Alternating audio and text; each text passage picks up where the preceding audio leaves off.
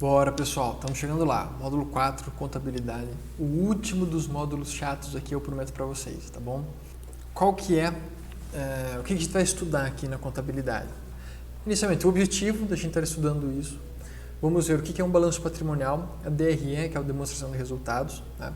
A diferença entre regimes de caixa e regime de competência, as peculiaridades e particularidades da análise de instituições financeiras, basicamente bancos, a gente não tem espaço aqui para avaliar a contabilidade de seguradoras, por exemplo, ou instituições financeiras de modo geral.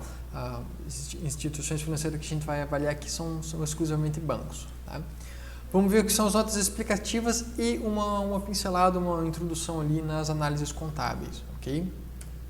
Bom, qual que é o objetivo? Por que a gente está estudando tudo isso, né?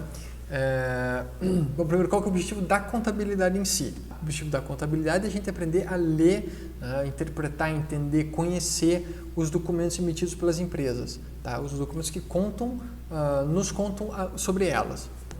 Como disse Warren Buffett, né? A contabilidade é o idioma dos negócios. Tá? Então, se você quer entender o que está acontecendo com uma empresa, você tem que ler os relatórios dela. Para você ler os relatórios dela, você tem que falar o idioma delas, e o idioma delas é a contabilidade. Tudo bem? Então, por isso que a gente vai estudar, o objetivo da contabilidade é interpretar os documentos. O nosso objetivo estudando contabilidade é conseguir conhecer as empresas que vão emitir os ativos que a gente vai comprar via mercado financeiro, tá bom? Então, considerando que boa parte desses ativos vem de empresas, a gente tem que entender, tem que conhecer o idioma delas para poder avaliá-los, tá bom? Começamos aqui com o balanço patrimonial. O que é o balanço patrimonial? É uma estrutura, né, que mostra tudo que a empresa tem e compara com tudo que a empresa deve, certo? Então ele tem uma estrutura, né, vamos dizer assim, que a gente pode representar dessa seguinte forma. Temos aqui todos os ativos de um lado, que são os investimentos da empresa, tá? Os bens, direitos, estoque, dinheiro em caixa e tal. E do outro lado nós temos as origens desse recurso. Tá? Então, o ativo mostra tudo que a empresa tem. O passivo e o patrimônio líquido mostram as origens, da onde veio o recurso que a empresa usou para comprar aquilo que ela tem, certo? E esse passivo, nessas origens, elas se dividem em dois, que é o passivo, que são as obrigações com terceiros, e o patrimônio líquido, que é as obrigações com os acionistas. O passivo, a gente chama de passivo exigível, que como são obrigações com terceiros, outras pessoas, né, esses terceiros podem reclamar esse dinheiro para si de novo. O patrimônio líquido, não. O patrimônio líquido é o que os fundadores da empresa colocam nela e não existe previsão de retorno. A empresa não vai devolver o patrimônio para eles. Tá? O patrimônio é algo integralizado ali na empresa. O que são, então, o que podem ser esses ativos? São bens e direitos como caixa, estoque, máquinas, propriedades e tal. Os passivos são deveres e obrigações de pagamento também, então como salário, aluguéis, pagamento para fornecedores. E o patrimônio líquido são os recursos do que os acionistas aportaram ali no início das operações da empresa, certo? Sempre, pessoal, considerando, né, que o ativo é aquilo que a empresa tem, e o passivo e o patrimônio líquido mostra a origem, da onde veio os recursos para comprar aquilo que a empresa tem. A gente sabe que o ativo sempre vai ser igual ao passivo mais patrimônio líquido. Sempre. A conta sempre tem que fechar. Ativo igual passivo mais patrimônio líquido. Vamos avaliar um exemplo aqui para facilitar, deixar esse conhecimento um pouco mais concreto. Vamos imaginar aqui uma loja de materiais de construção, por exemplo. Então, o proprietário investiu R$5.000 na aquisição do ponto, ou seja, a estrutura da loja física, tá? R$5.000. Ele tomou R$1.000 de empréstimo e usou R$800 para comprar a prazo a mercadoria que ele vai vender. E contratou um funcionário que ele vai pagar R$200 a ser pago no final do mês. Então, a estrutura que a gente tem, tá, é essa. O dono da loja pagou R$5.000 do dinheiro próprio para comprar o ponto. Tá, comprar a loja. E aí ele pegou R$1.000 emprestado do banco. Com esses R$1.000 ele usou 800 para comprar mercadorias, para vender, e vai usar 200 para pagar o funcionário dele no final do mês. Então assim, o que a empresa tem hoje? Ela tem R$6.000 à sua disposição, que são os 5.000 do ponto que o dono da loja aportou, mais R$1.000 que a empresa tomou de empréstimo. Ele pegou R$1.000 de empréstimo, agora está com ela. Então são R$6.000 no total. Desses, o passivo é de R$1.000, porque são R$800 a pagar em mercadoria e R$200 a pagar como funcionário, tá bom? O patrimônio líquido é R$5.000, que é o aporte do acionista. Então, como é que está a nossa estrutura montada aqui? Vamos verificar se o ativo é igual ao passivo mais patrimônio líquido. Tá? O ativo, R$6.000, dividido ali em passivo de R$1.000 mais R$5.000 de patrimônio líquido. Então, está fechando. 6 mil, 5 mil mais R$1.000, está ok. Está montada a nossa estrutura aqui. Como é que a gente pode classificar, né, tanto ativos quanto passivos? A gente divide eles, classifica entre circulante e não circulante. O que é...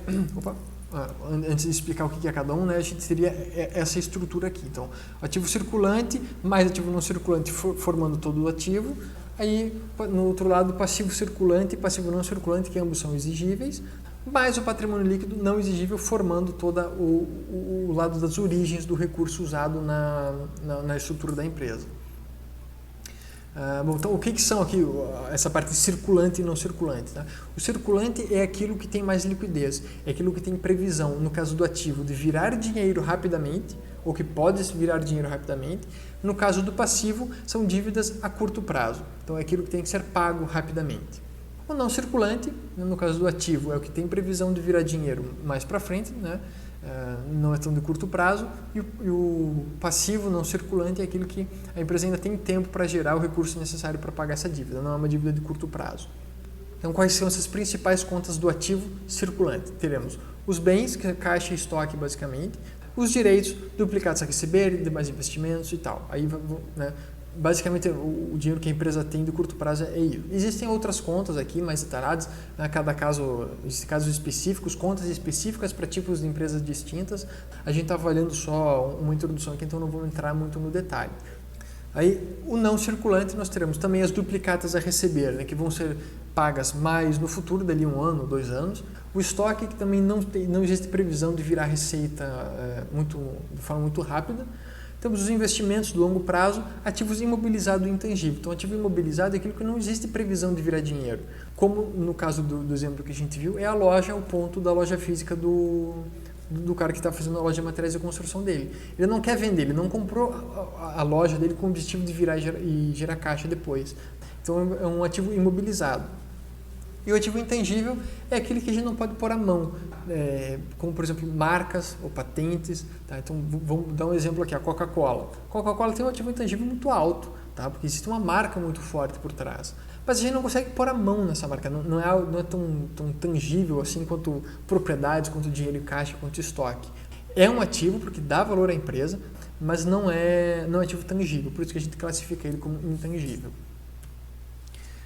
De forma análoga para o passivo, ou seja, a origem dos recursos aqui, nós temos o passivo circulante, que são pagamentos a fornecedores, que se tem que pagar com certa velocidade, os tributos, que também tem que pagar a curto prazo, empréstimos de curto prazo, o salário dos seus funcionários, demais contas a pagar, toda a parte de curto prazo ali está no passivo circulante.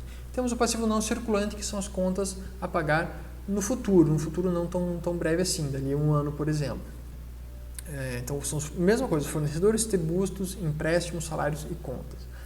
Para a classificação entre circulante e não circulante, tanto do ativo quanto do passivo, existem 2 marcos temporais que geralmente são usados. Tá? Usualmente é um prazo de 1 ano, ou seja, para o passivo, aquilo que tem que ser pago dentro de 1 ano é circulante, aquilo que é acima de 1 ano é não circulante. Para o ativo, aquilo que existe a previsão de virar caixa, virar dinheiro dentro de 1 ano, entra como circulante, aquilo que é de 1 ano para cima entra como não circulante. Também pode-se usar o exercício social da empresa, o tempo que ele gera para fazer um ciclo completo de receber a sua matéria-prima, transformar em produto e vender. Então, pode-se usar 1 ano ou esse ciclo operacional da empresa.